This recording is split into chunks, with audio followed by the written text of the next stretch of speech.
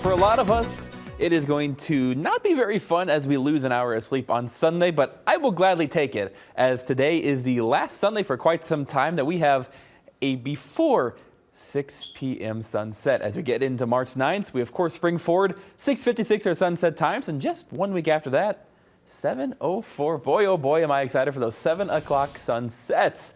And what I'm more excited for is the warmth that will return here across the state line. Winds currently out of the south, somewhat on the calm side to about 5 to 10 miles per hour. And because of that southerly wind, we are seeing temperatures a bit warmer than where we were at here than just 24 hours ago. 11 degrees warmer in Rockford, 9 degrees up in Janesville, a big 14 over in Galena, as temperatures currently sitting in the upper 20s, lower 30s, and wind chills not too big of a factor as winds are somewhat on the calmer side here, but if there are any wind chills, sitting in the mid-20s.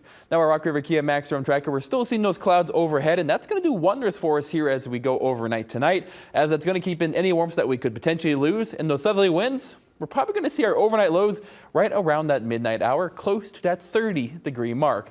Now, as we progress on into our Monday, we do have a very slight chance for some rainfall earlier on, right around that late morning, afternoon hour. But with that, there's going to be such a dry pocket of air toward the surface that I doubt any of this will actually reach the ground. And speaking of dry, our sky will dry out as we get into the afternoon, meaning we're going to see a good amount of sunshine as winds out of the south, anywhere between 10 to 15 miles per hour. Temperatures are going to respond exceptionally well, as we'll top out close to that 50-degree mark. So not a bad time to maybe take the dog out for a walk. And you want to do that beforehand as we get overnight tomorrow night into Tuesday morning.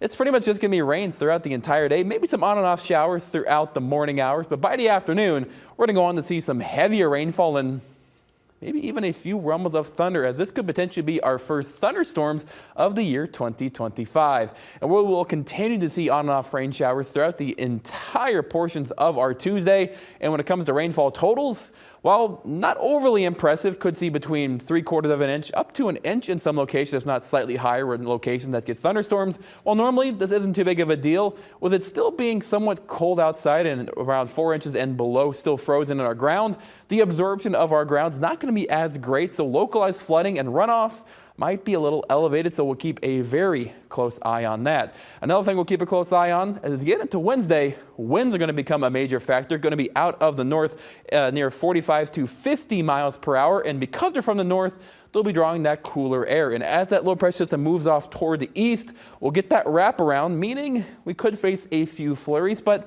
overall impacts of those flurries not going to be great, as maybe no more than 1/10 or 2/10 of an inch, as our ground's still going to be warm from the temperatures above as well as that rain. So while the rain may play an impact, the snow, not so much. As we get into our Thursday, slightly cooler up to a high of 42 degrees, 47 then for us on our Friday with another slight rain chance. And then next weekend, not looking too bad. High of 50, and then we spring forward into a high of 56 degrees. So next weekend's looking beautiful. I love this. This is a great precursor to spring, isn't it? I know. Yeah, all right. Thanks, TJ. Coming up in sports, two former local